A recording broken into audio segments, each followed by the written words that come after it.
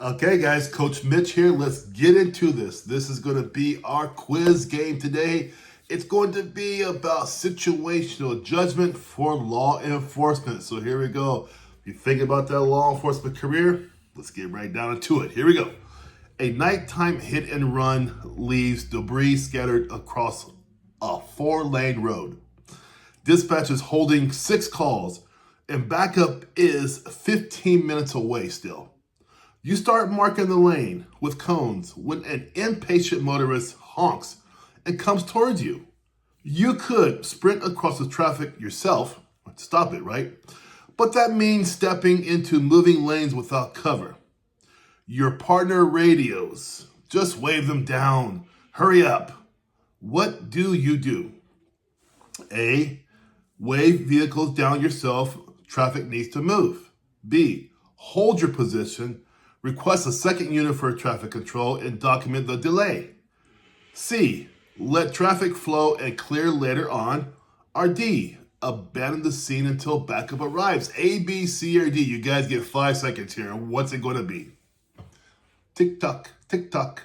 Okay, it's going to be B, okay? You want to hold the position, request for a second unit for traffic control, and document the delay. Reason why option B values officer safety and accountability over convenience shortcuts, and this could get officers what? Unalive. Okay, here we go. Your lieutenant privately asks you to help clean up a training range incident report before command review. The issue, stray rounds damage private property.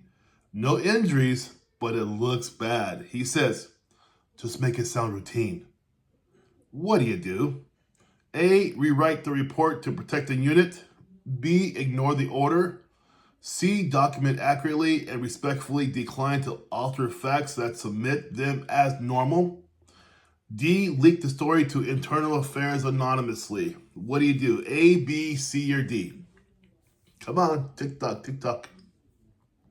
You're going to do C. You're going to document them accurately and respectfully decline to alter the facts, then submit through normal chain of command, of course, right? There we go.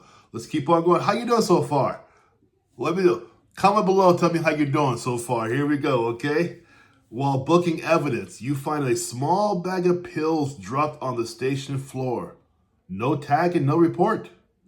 Cameras cover the area. It's late and the evidence tech has already gone home, so what do you do here? A, leave it on the counter for morning shift. B, secure it in a temporary locker. Log the discovery and notify the supervisor. C, throw it away and avoid confusion. D, ask another officer to hold on to it for you. A, B, C, or D? You said B, right. Secured in a temporary locker, log the discovery, and notify the supervisor. B, good job. Let's keep on going, guys. How's it going so far? Let's keep on going here. At roll call, an officer mutters a racial stereotype under his breath after viewing suspect photos.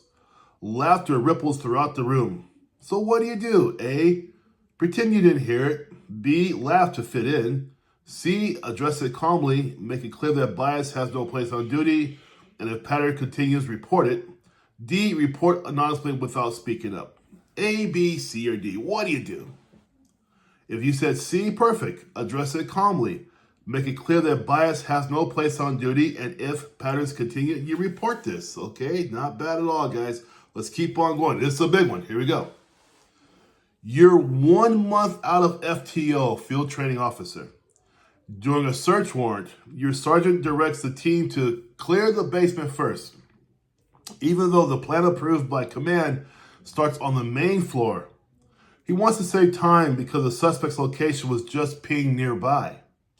You realize that changing the order without rebriefing could void the warrant scope if defense attorneys find out. The rest of the team is waiting on you to open the basement door. So what do? A, follow the sergeant, he's a ranking officer. Pause, respectfully confirm on radio whether the scope change is authorized before proceeding. C, refuse outright and walk away. D, Go along silently and fix the report later. A, B, C, or D.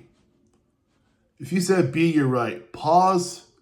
Respectfully confirm on radio whether the change is authorized before proceeding. Here's your explanation. Option B protects the operation and the chain of command. It shows loyalty to policy, not personality, so not to a person. Exactly what federal aid and local soups are tested for. Okay, this again, you guys, even when you do your swearing in, right? You're swearing to what? The Constitution, not to a man, not to a sergeant, not to whatever. You swear to the Constitution. Here we go. You arrest the mayor's nephew for DUI. 10 minutes later, the mayor's aide calls your lieutenant, who discreetly asks you if the situation could disappear quietly. The suspect is polite, cooperative, but clearly intoxicated.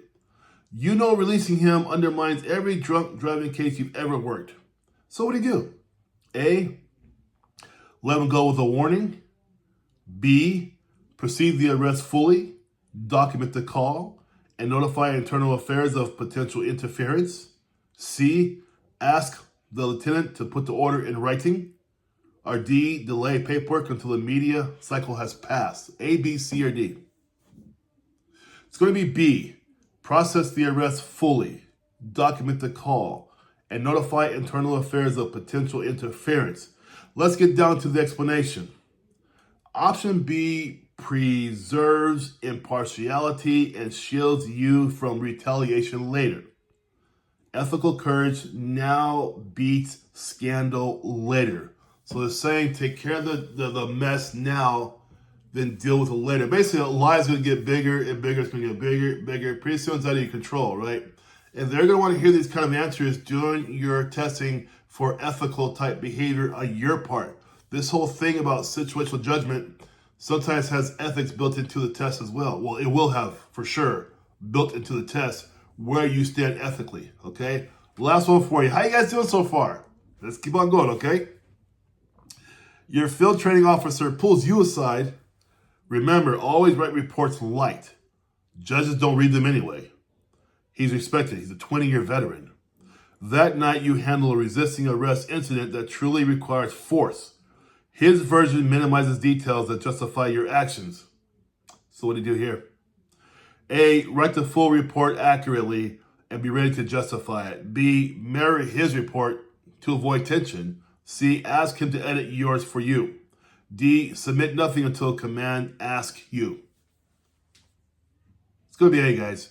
Write the full report accurately. Make sure you are ready to justify it, okay? Here's the explanation. Option A is a lonely leadership.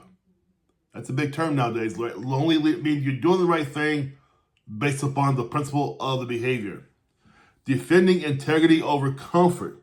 Every department tests for this backbone. Every department tests for this backbone, okay, guys? Now, those are your questions from Coach Mitch here. If you're serious about passing the part of the law enforcement exam that deals with scenarios, this is a quiz here. I've had it for 7 years now. People love it. 82% of people pass this quiz here, and an 85% rating or higher pass the actual quiz.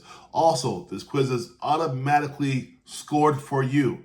I get a copy as well. So it's really convenient and really nice to use. If you want coaching also, so one-on-one coaching before you go in for your oral board, I'm the guy for that as well. I teach 6 different specialties of law enforcement. I also teach you to understand how the questions come at you and how to answer them like a professional, okay? Link below, get into my calendar, see you guys later. You guys also do what? Do what? Continue your mission.